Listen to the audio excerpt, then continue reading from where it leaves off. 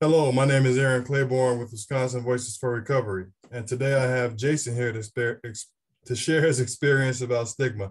How's it going today, Jason? I'm good, Aaron. Thanks for allowing me to have this conversation with you. Appreciate you taking the time to sit back and do this with us. So I would like to ask you, how does stigma harm people seeking or in recovery? Yeah, I think the stigma associated with substance use disorder is strong, especially here in the great state of Wisconsin. I see it every day. So I'm a treatment advocate with Recovery Centers of America, and my job is to help people access treatment. And many times they feel like they don't have support from people close to them. Um, and I think it's because people maybe don't understand the disease and think of it as a choice, and throw around the terminology like addict. And I think, for somebody who's in recovery myself, I've gone through a transformation too. Like I used to say, "Hey, I'm an addict," and now I've kind of changed that tune to like I'm a person in long-term recovery. And I think by making those subtle changes and learning more about this disease, because that's what it is, that should help people. But that's like the $1 million question. How do we do that? How do we help people who don't understand something or don't think they're affected by it, care about it? And then when somebody close to them needs help, like how do we help that person who needs help?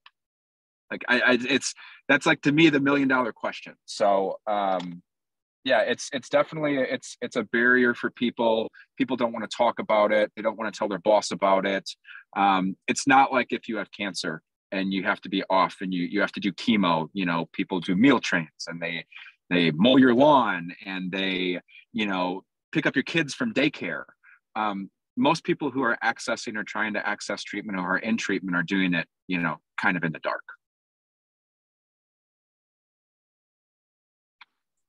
Thank you for that. Good information. So now I'd like to ask you, what do you think makes people um, use that stigmatizing language? Um, I think people are scared. I think there's a lot of I think ignorance might be the good term to use, or not educated about what's going on, which for people like us who are in this field probably seems crazy, because I think if you asked anybody, hey, do you know somebody who's struggling with a substance use issue, or do you know somebody who's died of an overdose, like I don't know what the percentage is, but the vast majority of those people are going to say yes. But still, like not understanding the stigmatizing language is challenging, and it's difficult for the people who are in recovery or trying to get in recovery or struggling with it. So, education is a huge thing for me. Awareness is a huge thing for me.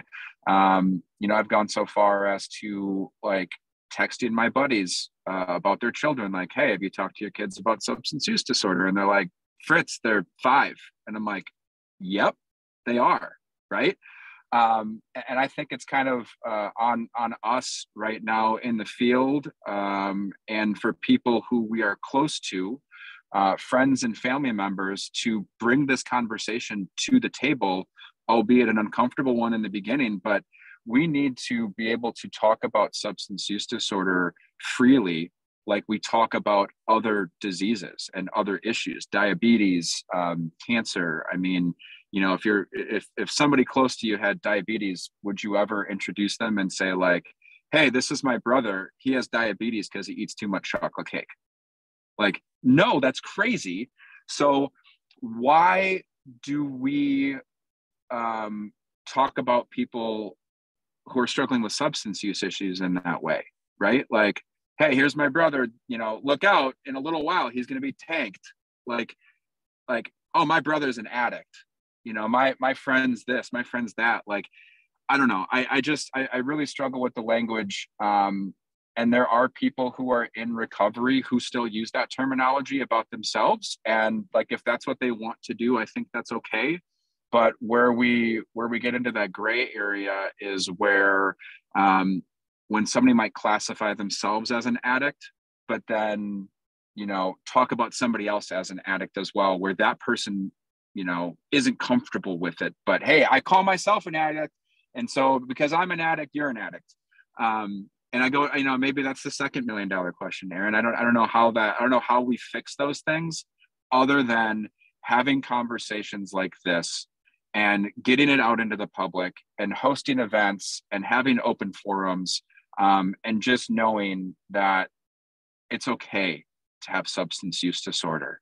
And the hope is that employers, you know, jump on with this and EAPs jump on with this, and more people have these conversations. So the next time you and I have a conversation, it's not about stigma. It's about, you know, how do we help more people access treatment, right? Like, I'm not sure what that next thing is. And stigma strong here in Wisconsin. You know, we briefly chatted about it before this thing started. And, you know, everywhere we go in Wisconsin, we're celebrating with drinking, right? It could be a housewarming party, opening day, a communion, like a first birthday, there's always alcohol. And so, again, hoping by having these conversations that we can help start to break that stigma mold. Thank you. That was wonderful. So is there anything you'd like to share in our last 30 seconds? Yeah, I would just say, if you have somebody in your life that you feel like is struggling with alcohol or other drugs, find a professional, or, you know, have a conversation and let them know you're there to support them. That's the biggest thing, is these people who are struggling need compassionate, loving care, and they already feel like they're on an island. So awesome. Well, thank you so much, Jason, for joining us today and sharing your experience about stigma. I would encourage our audience to check out our Facebook page every day in the month of July for others sharing their experience about stigma. Thank you. Have a great rest of your day. Thanks again, Jason.